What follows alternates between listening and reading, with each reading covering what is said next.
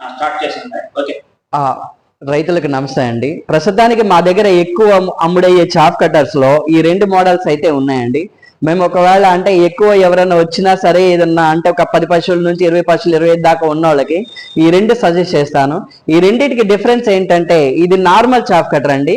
కానీ మేమేం చేస్తామంటే 15 పశువులకి సరిపోవాలని చెప్పేసి ఈ బ్లేడ్ అయితే పెద్ద మిషన్స్ కి ఇచ్చేలాగా ప్లేట్ టైప్ బ్లేడ్స్ అయితే ఇస్తున్నాం మేము.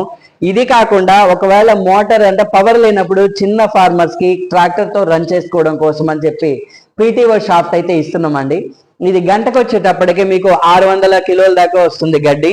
దీని తర్వాత రెండో పెద్ద మిషన్ వచ్చేటప్పటికి ఈ మిషన్ వచ్చేటప్పటికి మీ దగ్గర 25 పశువులు ఉన్నా ఒకవేళ 60-70 వేలు పెట్టి మిషన్స్ తీసుకోకుండా తక్కువ రేట్లో ఈ మిషన్ అయితే మీకు ఇస్తున్నామండి. ఇది వచ్చేటప్పటికి 3 బ్లేడ్ తో వస్తుంది, 3 బ్లోయర్ తో వస్తుంది. దీనికి ఎక్సెస్ గా ఈ కింద వీల్స్ జరుపుకోవడానికి తర్వాత బెల్ట్ కార్డు కూడా ఇవ్వడం జరుగుతుంది. దీనికి 3 HP సింగిల్ పేజ్ మోటార్ ఇవ్వడం జరుగుతుంది. గంటకు వచ్చేటప్పటికి మీకు గంటకి 800 కిలోల అవుట్పుట్ అయితే వస్తుంది. ఈ రెండు కూడా మీకు వరిగడ్డికి అయితే పనిచేసే మిషన్స్ అండి. వరిగడ్డి ఇండివిజువల్ గా కాకుండా మిక్స్ చేసి పెట్టుకుంటే చాలా బెస్ట్ అని చెప్పేసి మేమైతే సలహా ఇవ్వడం జరుగుతుంది.